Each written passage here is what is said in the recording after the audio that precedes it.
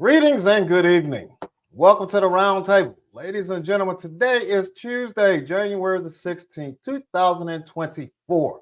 Bonsoir, comment ça va? I am Drew, and welcome to tonight's episode where, ladies and gentlemen, we are about to get into some serious conversation where I and my esteemed colleague, my brother from another mother, Brother Griff, are going to get into the Super Wildcard Weekend of the NFL. And we'll take a look ahead at the divisional round. But, man, we got some things to talk about, what happened in the past 72 hours. Brother Griff, how are we doing on this fine Tuesday evening, sir? Hey, man, I think I need at least about 7 more days for a morning. Right now, I'm okay. I'm doing better. You know, they say, only time heals all wounds. And my wounds, I'm still licking them right now. Yes, sir. But yes, I'm glad sir. to be here. And I honestly understand your pain and feel your pain, which leads me to, I want to make this statement at the very top of the show. And then I want to propose a poll question to the RoundTable audience. And thank you, everyone, for joining us on this Tuesday evening. To talk about the matters of the National Football League and more specifically the Dallas Cowboys and some other teams this weekend. But let us begin by highlighting that in this country of ours, in the United States, there are roughly about 340 to 350 million people who live here according to the 2020 census. And out of that 340 to 350 million people, I would venture to say that about 100 to 150 million of those American citizens are football fans.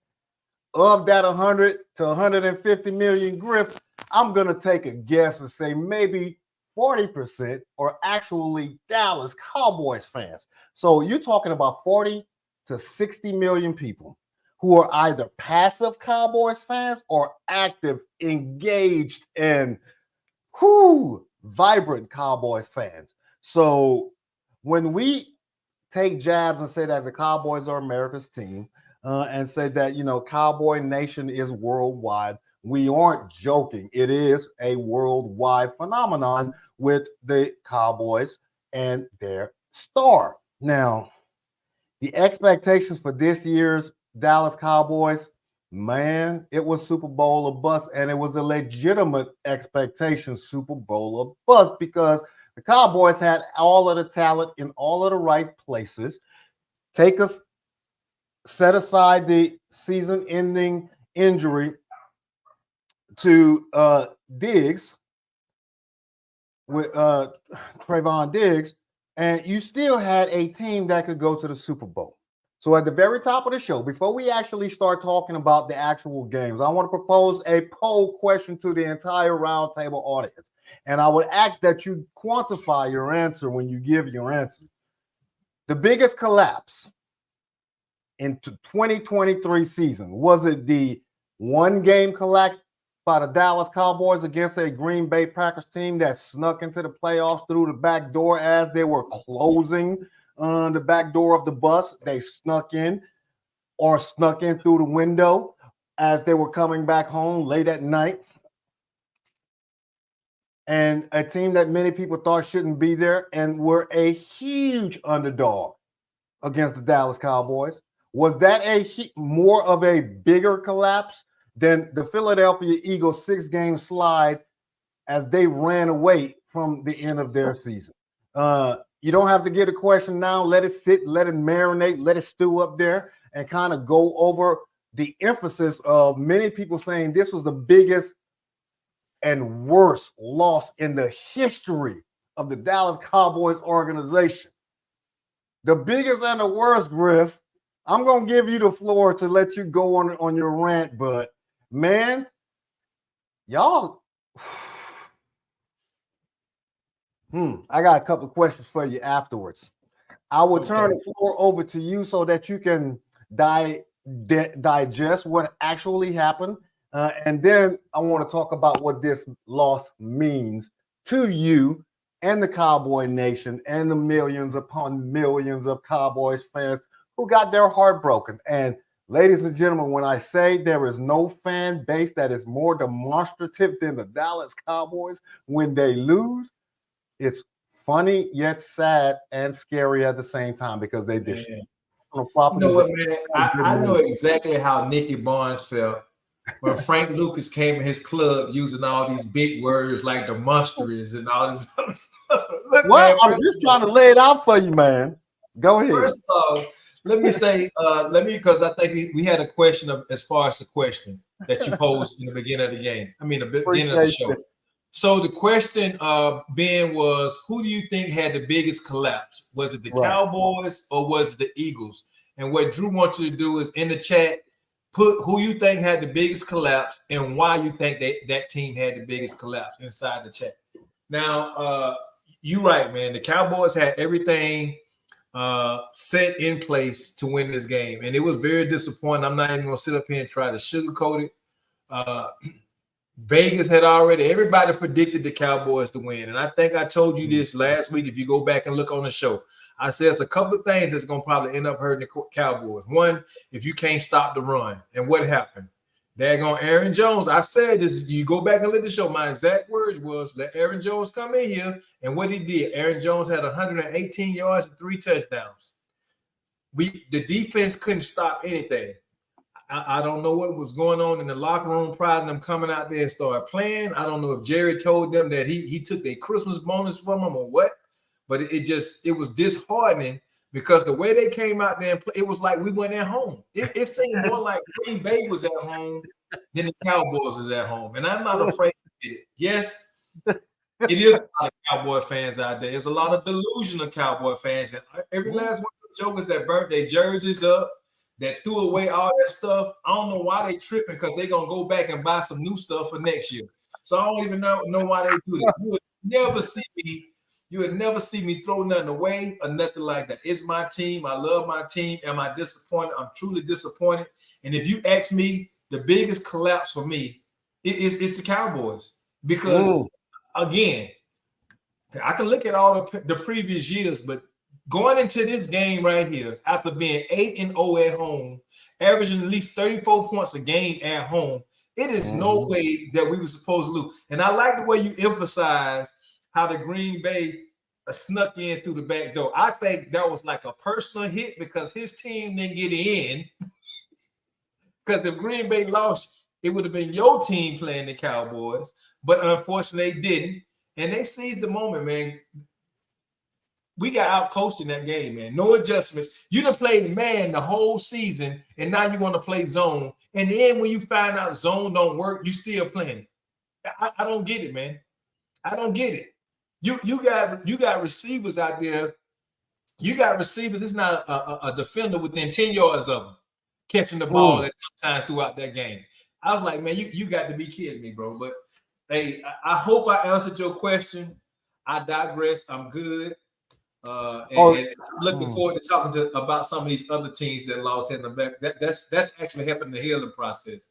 And I completely understand that, sir. And unfortunately, that's not the way that the cookie crumbles tonight. Dallas is America's team. Dallas is the team that America talks about, good, bad, or indifferent. So therefore, we are going to continue this dialogue, you and I, about that star that you have on your chest. Now, you mentioned all of the deficiencies that the Cowboy defense did not display. And I saw that Michael in the chat mentioned that Green Bay is hot. No, Green Bay is not hot. They did not do anything more that they did to get into the playoffs against a Cowboys defense that should have completely shut them down because Dallas is the better team. If they played again, you would still pick Dallas. Now, why Dallas laid a complete egg on Sunday? Who's to say? Maybe the moment was too big for them. I don't know why. This is the wild card weekend, they've gone 12-5 for the past 3 consecutive years and have yet to win a playoff game in those 3. No, I take that back. No, we weren't going to say we they won. beat Tampa Bay. They beat Tampa Bay and a 93-year-old Tom Brady. I understand. I don't want to take that away from you. But, yo, man, obviously the question that you and I were having a conversation just before the show started about what's wrong with the Cowboys, or if anything is wrong with the Cowboys, or should we run it back with all of the same people, the same pieces? We are a 12-5 team. It's just that this particular day, nobody on the entire 53-man roster decided to show up and actually play playoff football. No one. I mean, those empty stats that Rain Dakota Prescott had, I wouldn't even mention that. I don't count that. I wouldn't count it. Now, I wouldn't count it. You definitely going to mention the pick six. That was something that he should have seen coming a mile away on the pick six. The Jair Alexander pick, I can see the argument that Cook did not fully extend or go all out on that route to ensure that Dak was throwing him open, but he seemingly or somewhat slowed up, which the ball just went past him and Jair caught it. But man, this was a collapse on epic scales. You were better at every position. You were better on the sideline because both your defensive coordinator and your head coach are Super Bowl winning coaches. They should have known better. You said that you were outcoached at every level, and yes, you were outcoached at every level. So it begs the question, do we bring Mike back? Do we bring Dan Quinn back? Do we even consider looking elsewhere for another quarterback, which is no, to answer that question? But do you bring Mike McCarthy back, and do you bring Dan Quinn back? So, okay, to answer both of those questions, one, to get past that, and I know there's a whole bunch of Cowboy fans that say we need to get rid of Dak. I tell me who we bring in. I don't care what nobody say. Y'all can talk to me about Trey Lance. I seen people talking about Trey Lance playing. Man, Trey Lance is not game ready. I don't care what nobody say, and I still feel comfortable with that. Mike McCarthy. Well, let me peel it back even further. The problem is it ain't Mike McCarthy. It's not Dan Quinn. Our problem is our owner. I'm just gonna keep it where it is, because even if it was a good coach out there, no real good coach gonna want to come coach for the Cowboys. People keep throwing Bill. Bill Belichick ran everything up at the pages. You think the Bill Belichick is gonna come to the Cowboys and allow Jerry to be all in the interviews and doing all this other stuff? See, Jerry Jones is the problem. Yeah, he is the P. Diddy of the NFL. He all in the videos, all in the videos, everything. And so for me, man, I got to bring the coach back in, and I seen John talk about it. I wouldn't even say that it wasn't that we didn't practice, man. It's just like we was not even geared up. Like it's like we already knew that based off of how Nick Saban say the rat poison. Like we already knew that we was gonna win it. Everybody done told us we was gonna win this game, but bro, when we came out there, it was like we didn't even want to play. People talk about Dak Prescott's interception, but what they don't talk about, receivers, believe it or not, cause interceptions a lot of times. They don't run the routes correctly or whatever. I hate when, and I said this last week, somebody's going to jump on them damn quick slants, especially to daggone CeeDee Lamb, because that's what we do all the daggone time. We had Gallup was our leading receiver in this game. CeeDee Lamb didn't even seem like he wanted to be out there. Yep. I don't know if him and Dak got into it before the game, because I'm telling you right now, man, it's like that's why I say he's not a receiver number one. Because you know what? A.J. Brown wasn't there yesterday, but you know who showed out? Even though the Eagles didn't win that game, Devontae Smith showed out yesterday. That's one thing I won't take away. CeeDee Lamb had opportunities to help the team out, and he didn't. He was either pouting, I don't know what it is. So, but Dan Quinn, he got some Super Bowl experience, but hey, we know what happened with him in the Super Bowl too.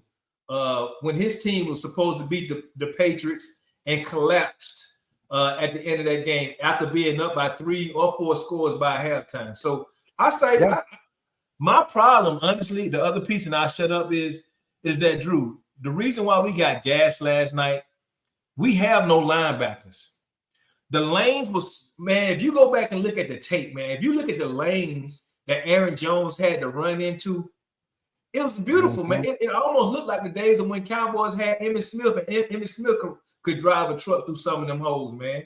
And so the problem is the Cowboys is going, we basically played in a dime package all night, which is conducive to a running game. As far as on the defensive side of the ball, we made no adjustments. Even when we got pressure on Love, all he had to do, some of them balls floated in the air, and receivers were sitting there waiting for the balls to get to them because there was no defenders in the area. Yes, your defense. That's where coaching come into play. You can have all the talent. If you don't have the good coaches that can make the adjustments or whatever, you're going to find yourself in that situation. And that's what happened last night. You're absolutely correct. That's why you play the game itself on the field and not in the media, right? You started believing, and it was mentioned in the chat by multiple people, that the Cowboys will believe in their own hype. The Cowboys will believe in that we're 8-0 at home this year. We are 16-0 in the past 2 years at Jerry's World. We are averaging 34 to plus or up to 40 points a game. And this team doesn't even need to actually show up because they don't deserve to be here. And very first drive, you got slapped in the mouth and you didn't recover. You were playing confused and you were playing timid. When the offense saw that first touchdown by Green Bay, they knew they were going to have to perform. So they automatically tightened up. And then at Dak threw that first interception to Jair, they were like, oh my goodness. Yep. And then after the pick six, it was all over with. So, but enough about the Cowboys. I know we're going to talk about them again because, as we know, they are the team that makes this thing go. But again, 28 years.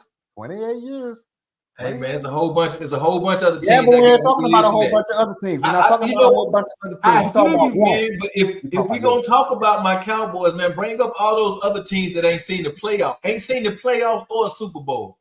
People love to talk about that. We love to. I see on here the last time the Cowboys won the Super Bowl, Google didn't exist. Well, you know what? I can tell you some other teams that ain't never won the Super Bowl. Hell, talk to me. Griff.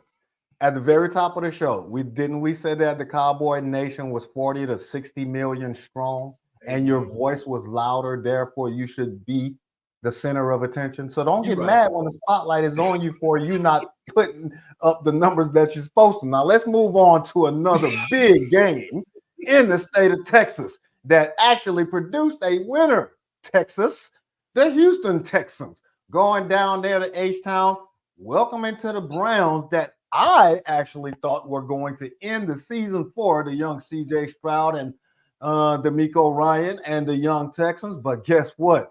I knew it. And personally, I'm extremely happy that they won that game. But that H-Town Magic, man, the team of destiny, possibly. We'll see what they got when they go up to Baltimore this weekend. But how did they completely not only blow out the 11-6 Cleveland Browns, who were the hottest team in the league, but shut them down offensively and just ran all over that number one ranked defense up and down the field? What happened? Man, they was able to isolate Myles Garrett. Man, he wasn't even a factor in the game. They was able to not just run the ball, but again, I love the way CJ distributes the ball. And that was the other piece that I left off about the Green Bay game, not trying to go back to the Green Bay and the Cowboy game. The teams that seem to be doing the best is a team that don't have prima donnas on their team. It's a team sport. And what CJ, they don't have nothing to lose. The chips is against them. Everybody already said they ain't supposed to be here in the first place. So we gonna go out here and we gonna have fun. They wasn't tight. They took advantage of being at home. They distributed the ball. They was allowed and able to put pressure on Joe Flacco. They stopped the Browns running game. And again, you know I'm a big guy on running game, and whichever team can establish a running game is always going to be that team. So CJ, I always would like to put him in the category of rookie because as far as I'm concerned, he ain't played like no rookie this year to me. He proved a long time ago he wasn't no rookie. And I know that's Mike Sanders' team, so a big shout out to his team. But that's what they did, man. They didn't allow that 49ers, the Browns defense to eat. They ran the ball when they needed to run the ball, and their defense showed up. They put a lot of pressure on Flacco. Flacco didn't have time to do some of the things he did in the last game. You're absolutely correct. Flacco got the medicine that we thought C.J. Stroud was going to get given. And I see that the chat is fire and people are passionate about what they think is actually going to happen. Yes, Benjamin, you did predict that Houston was going to win this game, so kudos to you. I see a lot of people sticking their chests out as to what is going to happen this weekend. When you get to the divisional round, all bets are off. There's no such thing as I'm the number 1 seed, you're the number 7 seed, as we're going to talk about with Green Bay and San Francisco. It is, look, I am battle tested just as you are. And at this point in the season, you may have a better record than I. Yes, I am in your house, depending on the weather. That may play to your advantage or it may not play to your advantage. And at that point, it's any given Sunday. So I do not dismiss anyone's chances going forward. Now, looking back, man, did they not only shut down Flacco,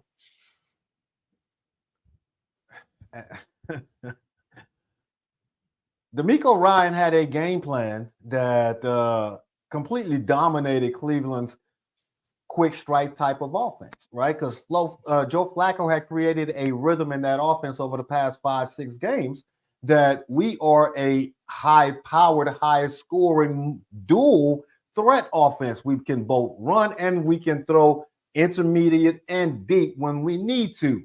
And we have the number 1 ranked overall defense that is going to shut down whatever offense that they are facing on the field. So that is why Cleveland was not only feeling good about themselves coming into Houston, but were actually favored to win in Houston, right? And I see Mike getting, I got it. Y'all got an excellent chance to sneak into the Super Bowl. I would not put it past. I would give them a right now 35-40% chance against Baltimore, because Baltimore's recent playoff success kind of looks like Dallas's recent playoff success. They still got a little bit left to prove themselves. Now, all of the ducks are lined up for them to take care of business this weekend against Houston. But Houston has shown that not only do they have those individual players who, like you said, are not big name players or not prima donnas, they fit well into that system. We all have said throughout the season that a quarterback's best or favorite target is his wide receiver or his tight end.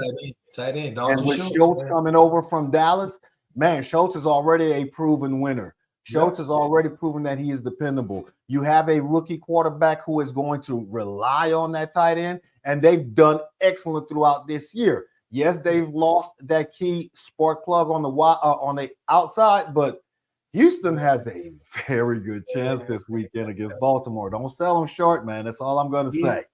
Even losing Tank Dell, they ain't missed a mark, man. Nico Collins, Dalton Schultz, Noah Brown, the running Singletary. I mean, the offense and all the key is CJ. CJ plays like he's been doing this thing for a while. And I think that's the most important part. CJ played this thing like he's been doing it for a while. Yeah, and before we move on, coach, right? the young, I'm liking this. I'm just liking this coaching. These kids, they playing for their coach, man. Coaching makes a difference. You can have the best players, but if they don't believe in the coach, you already see what happens. Yeah, and other than diehard fans, like Michael and those who believe that Houston was going to sneak this one out, we have to realize that Houston shut down or Houston blew out the number 1 overall ranked defense. And we thought the biggest threat to the Baltimore Ravens was the Cleveland Browns. And look what they did to the Cleveland Browns. So it's not outside the realm of possibility that they can go up into M&T Bank Stadium on Saturday and give John Harbaugh and those Baltimore Ravens the shock of their life. So we'll see when we talk about that later and on Friday. The next game that was somewhat predictable as pertains to the outcome, but still somewhat entertaining. The Eagles or the Steelers and the Bills. The game was originally set for Sunday, but because of weather, it was moved to Monday. Much better conditions, but kind of played out as we all expected.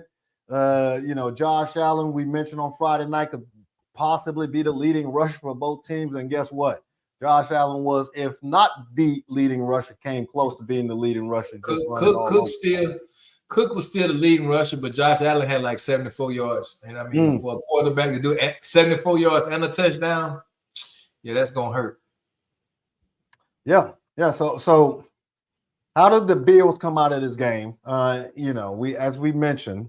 We mentioned that the Bills were heavily favored, most likely going to win. If there was going to be the biggest shocker of the weekend, it was going to be this game. The Steelers overperformed, in my opinion. Mike Tomlin did not have an offense that he could rely upon throughout this entire year. The defense led that team, so big kudos to the Steeler Nation. Brother-in-law, that is his die-hard team. So y'all had a phenomenal year. Do not hang your head or your heads on how your season ended, because you simply were not the best team on the field. So no shade to the Steeler Nation. Mike Tomlin's future with the team already settled. He said he'll be back next year. Put that one to bed. They need to go out and get a quarterback for real, like a straight up top 15 quarterback. What they've been operating with over the past several years since Ben Roethlisberger retired has been not it. Sorry. Hometown kid wasn't going to cut the mustard. How do they Bills, man? Were you impressed with the Bills this weekend? The Bills didn't do a lot, man. Again, like the Steelers, the only reason why, and I ain't trying to take away from the Steelers and them being in the playoffs, but we know the only reason why they there is because the Ravens sat all their players, and they squeaked in there too. But the Steelers have a definite problem as far as the quarterback is concerned, and their injuries.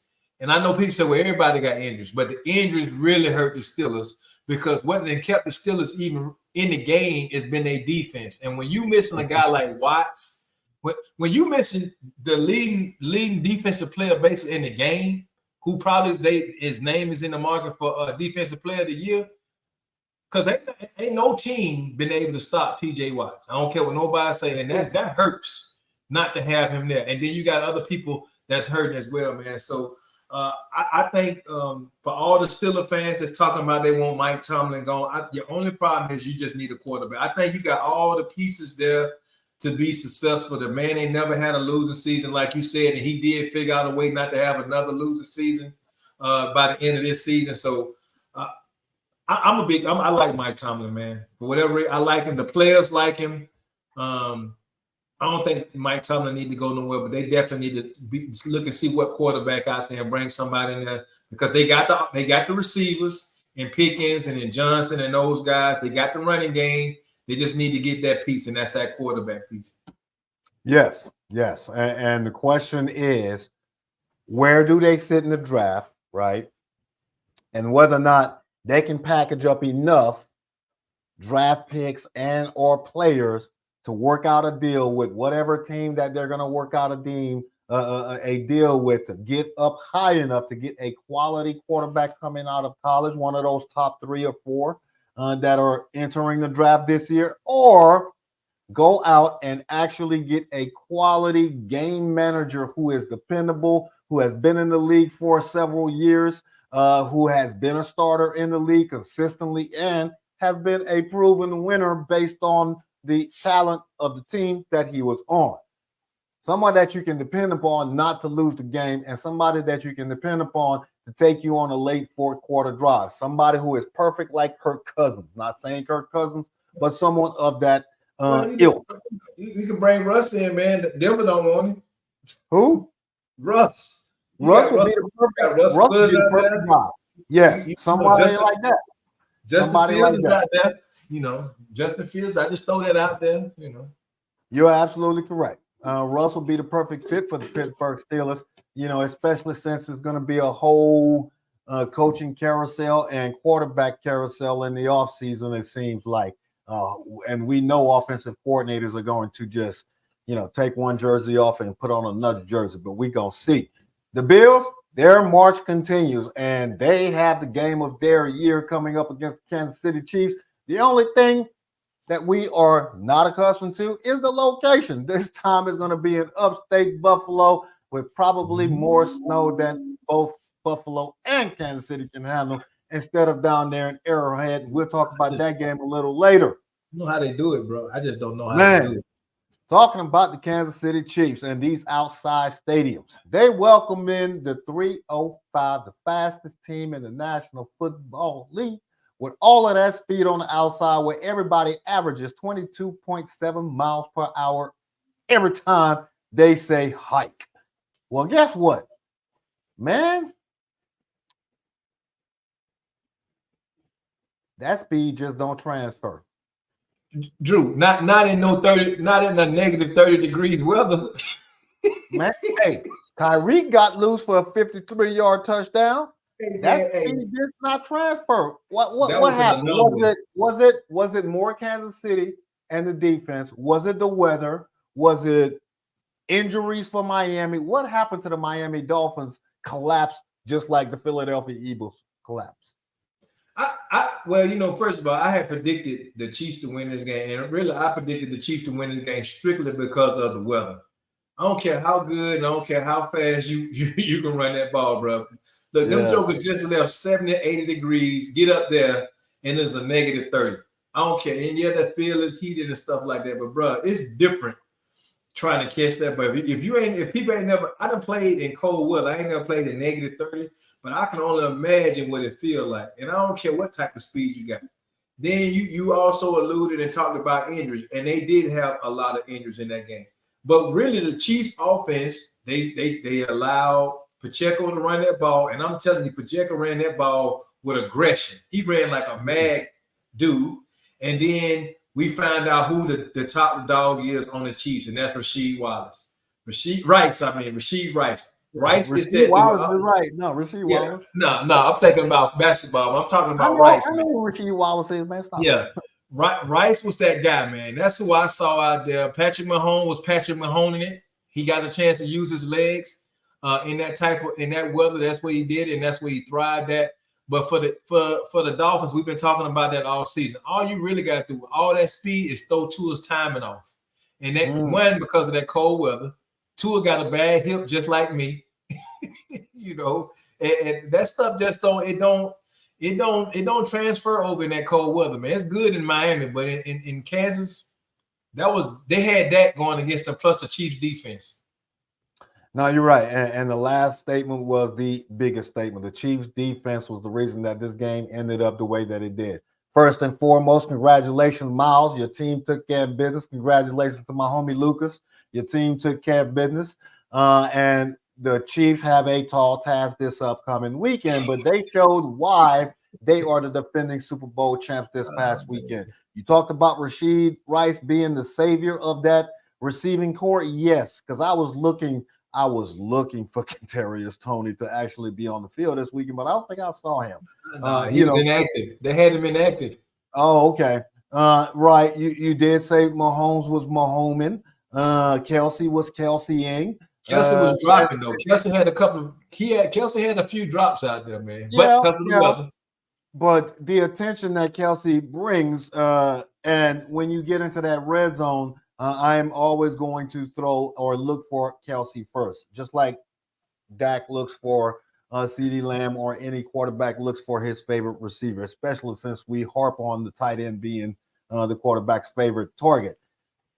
The run game is what really broke the spirit of the Miami defense. Coming out of the halftime, you expect Mike McDaniel to give you some quirky comments, but he looked like Humpty Dump up on that TV screen, like he was just not wanting to be there.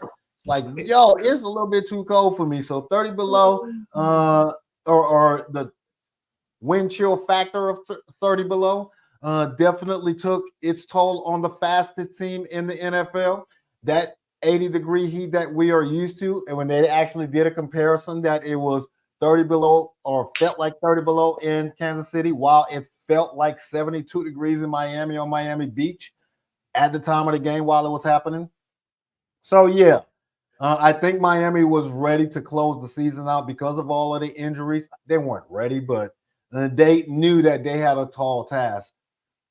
Kansas City got a huge game this weekend, and this game between the Kansas City Chiefs and the Buffalo Bills is going to make or break the conversation around the Bills quarterback, Josh Allen. Because if he loses at home again, because he did it last year against Cincinnati, if you remember, in the divisional round again, then especially the Patrick Mahomes and the Kansas City Chiefs, then the Buffalo Bills should not be considered as a deep playoff threat ever again, as long as he is the quarterback. That's just my 2 cents. But we're going to see, because that's a game of the weekend for me amongst all of the other games. This was the game that separated you and I. This next one, the Lions welcoming in their former King of Kings, Matthew Stafford, back home after being the quarterback of 12 years, leading the Los Angeles Rams, a hot team, probably the hottest team in the NFL, into the Lions' den. You surprised that the Lions won? Because I remember you picked the Rams to win. I'm just saying. No, I did. I did. Lions won. I am surprised. This was probably the best game all weekend. The game that really, all the other games you probably could have went on went to bed because you knew who was winning those games. But this one right here, it went all the way down to the end of the game. And call it karma, call it what you want. But you know, the Rams was in position to win this game with 4 minutes left in the game. Got an offensive holding call, which took them out of field goal range, having to get a ball back to Detroit. But this was a very good game. Jared Goff surprised me. The Rams weren't able to get as much pressure on Jared Goff as I thought they was going to be able to, and he was able to distribute that ball. That daggone St. Brown is the truth.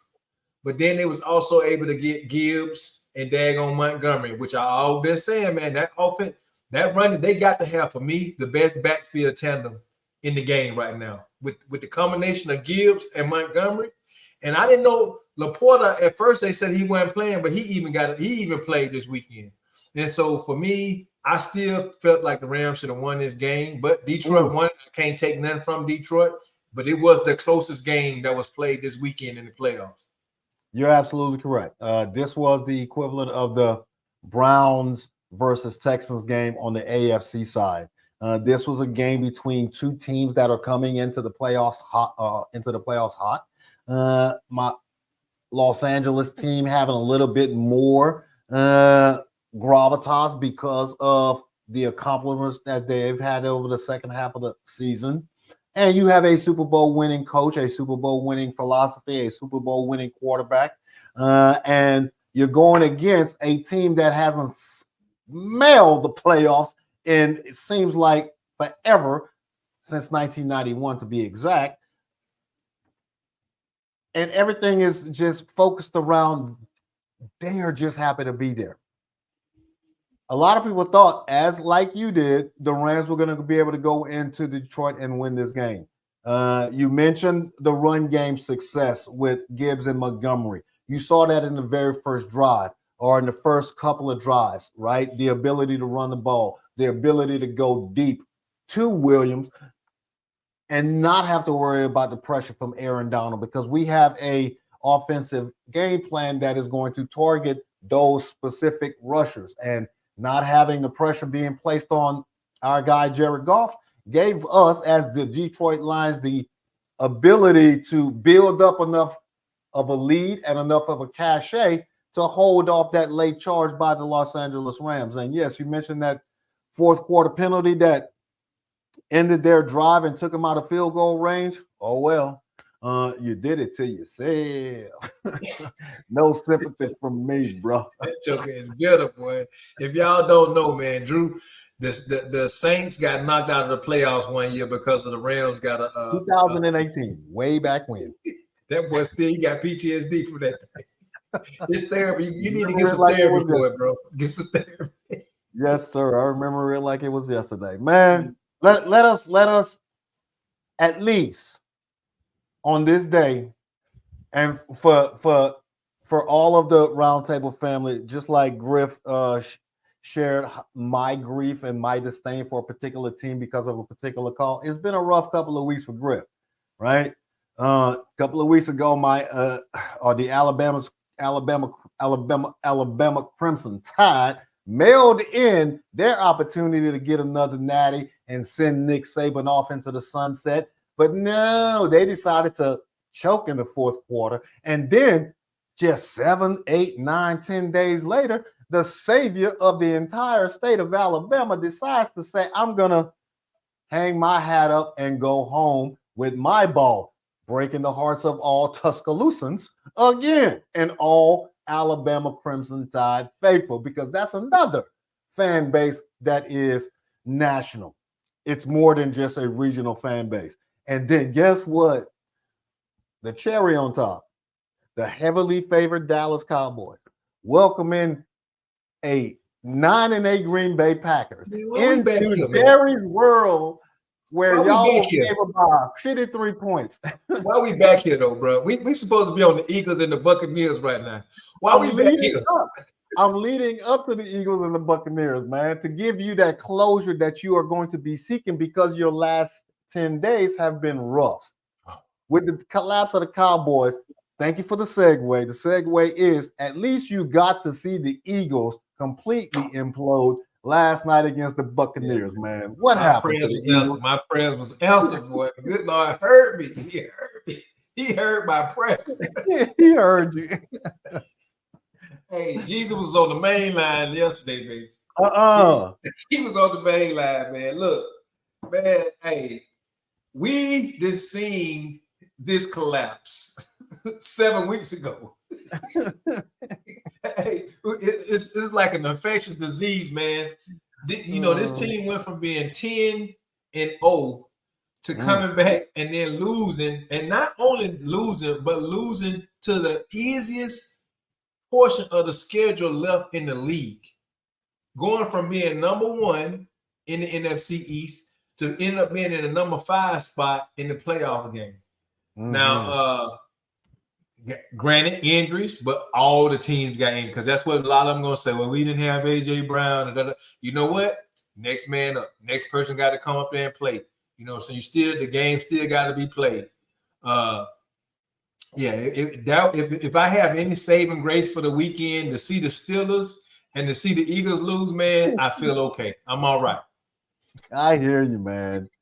Ooh, that's the reason for the poll question, ladies and gentlemen. The Eagles were flying high. Fly, Eagles, fly, as they said at the beginning of the season. Fly, Eagles, fly. The pigeons was clipped, baby. You know, the national bird is clipped right now. And the collapse that happened in the past 2 months is completely Drew, just...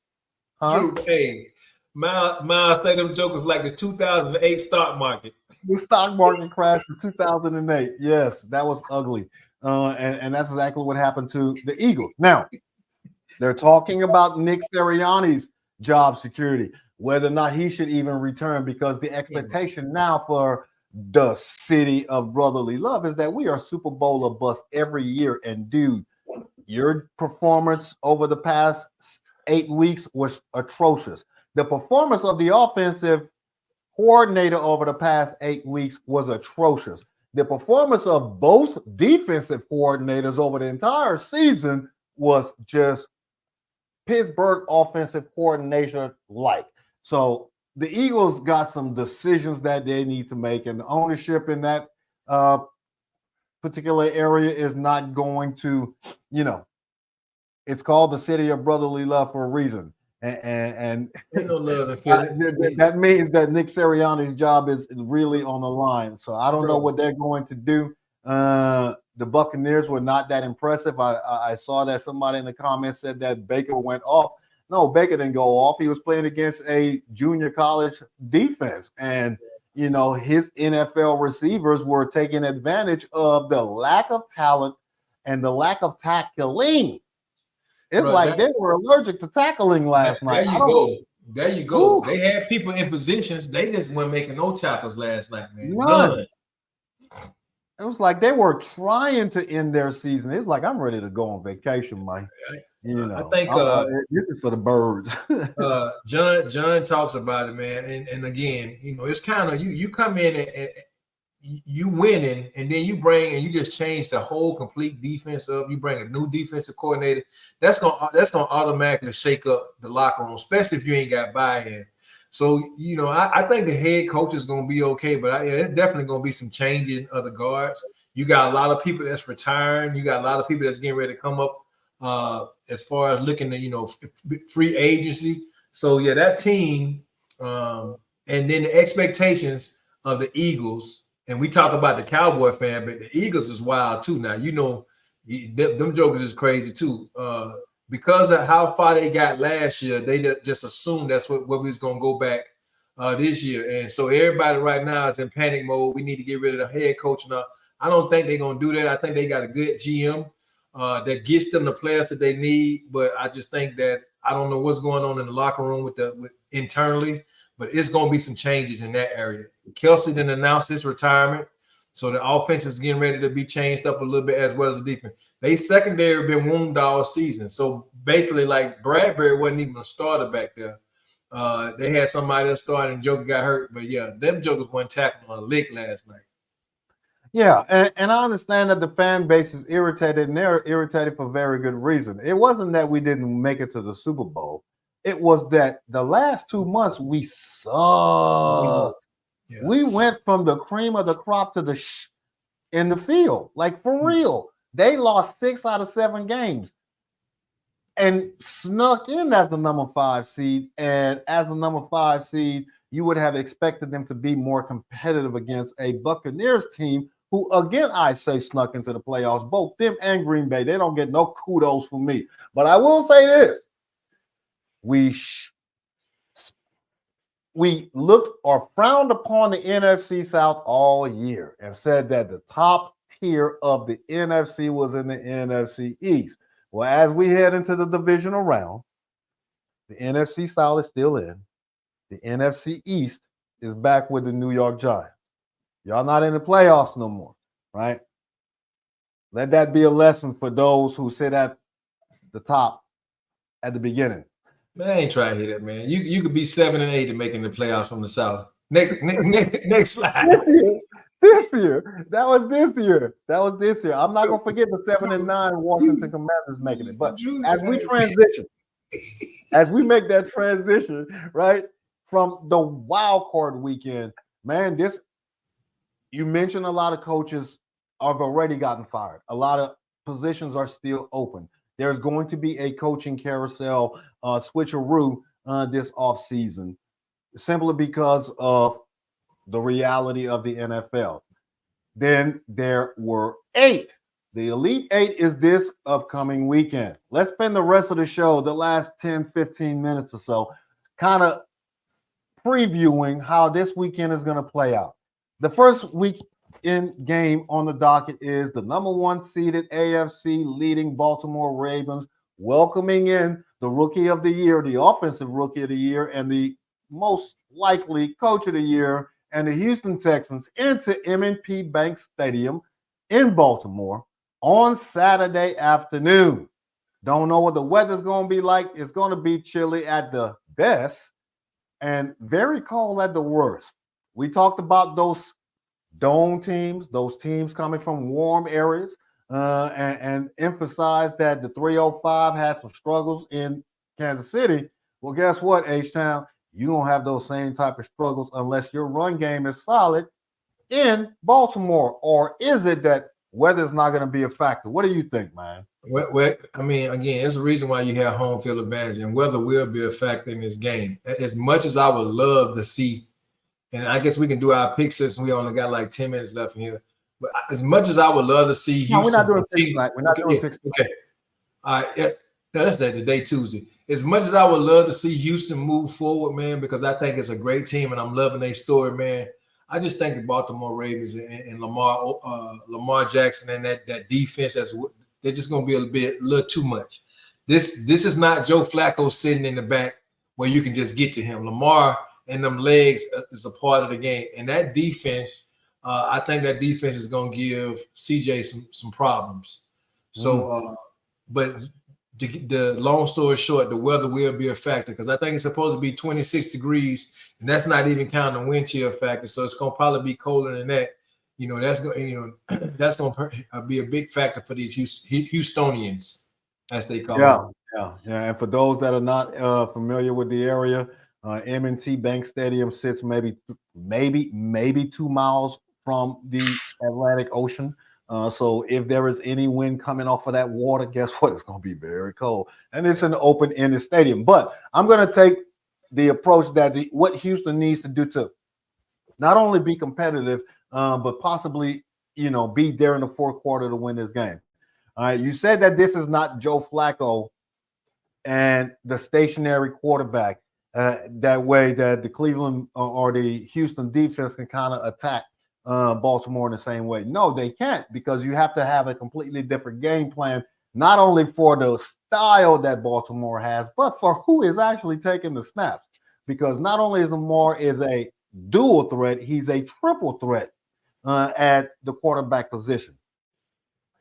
So what Houston has to do on offense is the same thing that they did this last weekend. You mentioned the pressure that CJ Stroud is going to be put under by the Baltimore defense because they're going to blitz, and nobody blitzes more than Baltimore. But Cleveland blitzes just or pretty close too. And Cleveland, statistically speaking, had a better defense than Baltimore does this year. The same thing that I did to the Browns and the same approach that I took against the Browns is the same philosophy that I'm taking into this mindset, or the mindset that I'm taking into this weekend's game. All right, using the same type of play calling, looking for the same type of gaps, because the AFC North plays the same type of defensive style, because all four defenses look somewhat similar. And what I did against Cleveland, I'm going to, at a minimum, use that first 15 to 20 plays scripted out, whatever, based on how the game is rolling, to see if that works against Baltimore. And if I have some success, I know that I'm going to be here in the fourth quarter. I'm not going to blow Baltimore out because Lamar and the Baltimore offense is clicking this year, but my offensive approach will give me the opportunity to kind of take those chances on defense against a triple threat Lamar Jackson and the Baltimore Ravens, and see if we can get lucky by creating a turnover or two. So I think that is the approach that Houston is going to take. Baltimore just has to be Baltimore and do what they're supposed to do. It's not that hard. They just have to play their game on offense, and the defense will do what it's supposed to do to secure a dub. But we'll see how this one plays out. We'll talk more about it on Friday night and see what Houston has prepared for this weekend. The next big one, man, just like the Dallas Cowboys and the Green Bay Packers have history, the Green Bay Packers and the San Francisco 49ers have some history. More recently, the San Francisco 49ers traveling to a number one ranked or a number one seeded Green Bay in a divisional round on a Saturday night and ending Aaron Rodgers' 13-3 season. You think the Packers can go to San Francisco and return the favor this weekend? Man, they got everything to gain and nothing to lose, man. They ain't supposed to be here. So they can go out there and stick with the same formula that they did with the Cowboys.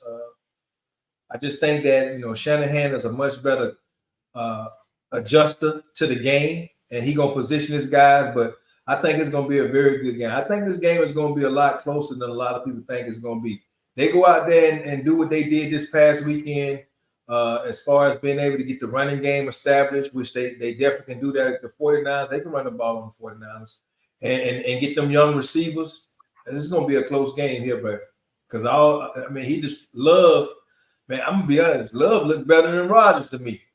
The way that joker be flicking that ball, man, sometimes I'm like, I would have much rather played Aaron Rodgers this past Sunday. Bro, as they say, you done said a whole word. The only thing I take exception, the only thing I want to, take exception about is the run game that you said that they're going to be able to have success on. And I'll touch on that. I'll touch on that now. You said they're going to be able to have the same type of success that they had against Dallas. Not with the San Francisco linebacking core, bro, because those are the best linebacker. That is the best linebacking core in the football or in the NFL this year. You said they have none to lose. Yes, sir. They have absolutely none to lose. Matt LaFleur has got some payback to give his best friend, Mike Shanahan, because again, they ended the number 1 seeded Green Bay Packers season.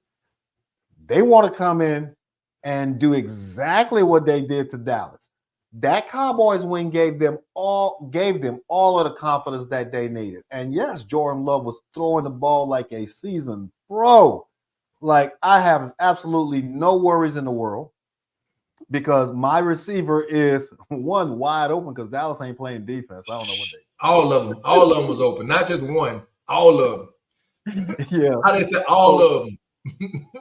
So all of them. So it is going to be a closer game than people think, but how close depends on how each coach can outthink of each other or outthink the other or outmaneuver the other in real time, making those in-game adjustments. And for Green Bay, they have to be willing to take as many chances on 4th down as possible.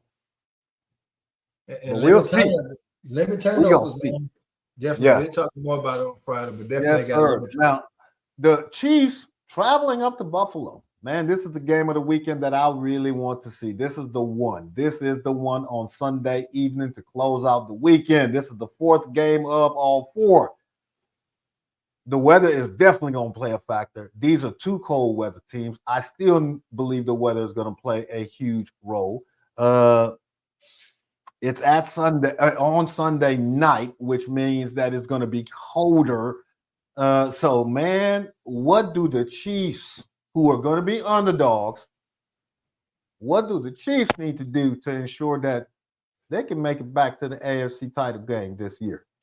Not allow Josh Allen to run around, force Josh Allen to do what Josh Allen do, and that's throw interceptions, which we know if you put him in situations where he will force some stuff. Gabe Davis didn't play this weekend, so it really relying heavily on Cook. And because Diggs wasn't a big receiver for them, I think their tight end was the big receiver. I think Kincaid had more receptions than Diggs did, but it was more of Josh Allen and Cook running the ball. So the Chiefs just need to be able to eliminate that, not allow Josh Allen to get out there. This definitely probably is the game of the weekend. This game means more to Buffalo than it does to the Chiefs, if you ask me. You said it before, you alluded to it already. Josh Allen got to win this game. If not, it's going to be hard. It's going to be like the 90s when they made four Super Bowls in a row, only just to be disappointed in all 4 of them. So he definitely need to get this to get past, to get over that hump of him and Patrick Mahomes. Yeah, and I just saw somebody, and I'm looking for. Yeah, Tommy said it depends on how Josh handles the bright lights. And I was like, wait a minute. The bright lights, man. Josh Allen has been in the league 4 or 5 years, 6 years almost. He's played in multiple big games during the regular season, multiple big games during the playoffs. Why would we think that Josh Allen can't handle the big lights? But then it dawned on me. He can't beat Mahomes, right? And now it's at his house. And the stage could not be bigger because this is where you exercise all of those Mahomes demons like Steve Young did for when he got the monkey off of his back, or the proverbial monkey off his back for Joe Montana after winning the Super Bowl. This is what Josh Allen needs to do to transition to the next phase of his career, because I'm telling you, if he can't beat the Kansas City Chiefs at home in their conditions, when everything is on the line, then yes, the Baltimore or the Buffalo Bills need to look at revamping their team. Yeah. Because you simply don't have what it takes to beat the Cincinnatis of the world, the Baltimores of the world, the Kansas City Chiefs of the world. All right, and you haven't been able to do it. So we're going to see. I am looking forward to this game, and we're going to get into it on Friday night to see who is going to be the difference maker. And then rounding out this year's Final Eight, the Elite Eight, everybody's favorite two teams to think that shouldn't even be where they are. The Buccaneers of Tampa Bay are traveling up to the Lion Den of Detroit.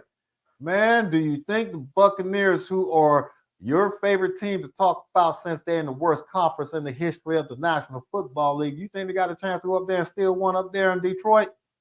Yep. Nope. Hey, as we've been talking about, man. Hey, they be the Eagles team, and we always say any given Sunday, anything can happen. The Lions, I'm telling you, live by the sword, you die. They've been on the fence. They've been just barely getting through, and sometimes you need that to get to the big games. But they can go up there. I think Bacon showed that he can go. He got a team. They got a running game now as well. He got top tier receivers. They got a defense that, if it's one thing that Tampa Bay has, is the ability to stop the run. The tush push didn't work yesterday. They stopped it both times that they tried to do the tush push yesterday. So with Big Vita Vader them in the middle, it's gonna be a good game, man. So I'm happy for Detroit. I don't want them to win. I think I seen Latrice talk about it too, because me being an Alabama guy, I got a whole bunch of family that live in Detroit. You know, they not ready to beat Alabama in the college football playoffs, and to see Detroit to move forward in the playoffs, it'll be disheartening. Especially since the Cowboys are out. It'll be disheartening. No, man, but you said that the Tampa Bay Buccaneers have a shot. Yes, of course they have the shot. They are one of the final 8 teams in the NFL. But I mentioned earlier about teams of destiny. And obviously, they are not one of the top 5 teams remaining in the playoffs. If you think about a team of destiny in this year's playoffs, you would most likely think the Houston Texans first and then the Detroit Lions second. The Detroit Lions believe that they are a legitimate Super Bowl contender. They believe they should make it at a minimum to the NFC Championship game to see how the cards play out. So them welcoming in a Tampa Bay Buccaneers and team in this weekend that has one of the top 3 defenses across the board in the NFL. They believe that they are still able to do exactly what they did to the Rams to the Tampa Bay Buccaneers and welcome that pressure in and put your receivers out there on a one-on-one island, right? And we've seen that Williams can beat anybody on the opposite side of the field. The Detroit Lions have a 1-2 punch, and you mentioned it early in the show, quite possibly the best 1-2 punch in the run game that can go right up the middle and or sideline to sideline. We know that the Tampa Bay Buccaneers have a lot of speed at linebacker. They can go sideline to sideline. But how do you counter that? Run right at them. You run right at them, you can have some success. So, yes, theoretically speaking, of course, Tampa Bay has a shot, and we'll discuss further Friday why they have a shot and what Baker Mayfield needs to do to withstand not only the pressure from Hutchinson and that Detroit defense, but link up with Mike Evans and ensure that their run game is at a level where they can come out of Detroit with a dub and actually make it to the NFC title game, because if there is any team in this year's playoffs that are just riding on house money, even though they won the division, I still believe it is the Tampa Bay Buccaneers.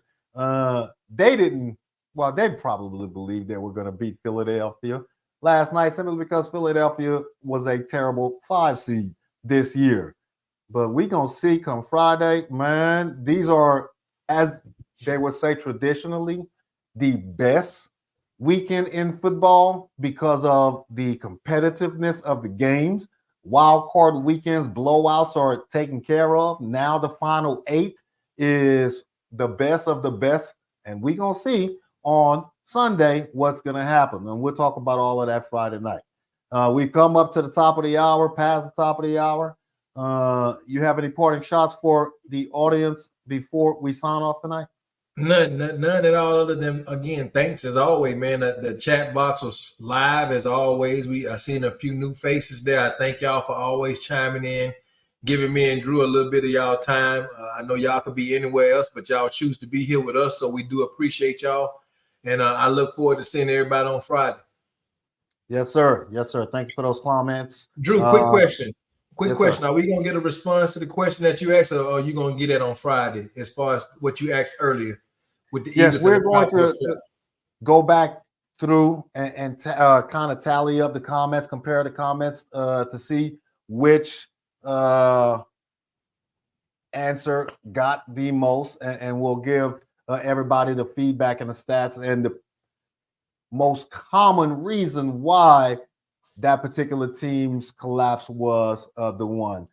Thank you all for joining us on tonight's show. Thank you for your feedback on the poll question, the biggest collapse between the Cowboys and the Eagles, whether it was that one game collapse by the Cowboys against a team that should not have made it to the playoffs, but made it to the playoffs anyway, and came into Jerry's world and snatched the W away from a team that was favored by 53 points and had their whole chest out the entire season talking about we them boys. The question is, are you still them boys? Or was it the collapse of the Philadelphia Eagles after starting 10-1 after week 12 and then proceeded to lose 6 out of 7 games to, like Griff mentioned, the easiest schedule in the history of the National Football League. So we will share that feedback on Friday. There is no right answer. There is no wrong answer. Both answers are correct, to be honest. But I just wanted to know everybody's feedback and what y'all thought. So thank you for joining us tonight, as Griff mentioned, for giving us some time of your busy day. And we look forward to re-engaging with you all on Friday. So y'all have a blessed week. Take care of yourselves. Do something nice for your family. And please do something nice for someone you don't even know. Even a smile. Because, yes, it is a crazy world out there. Y'all be crazy.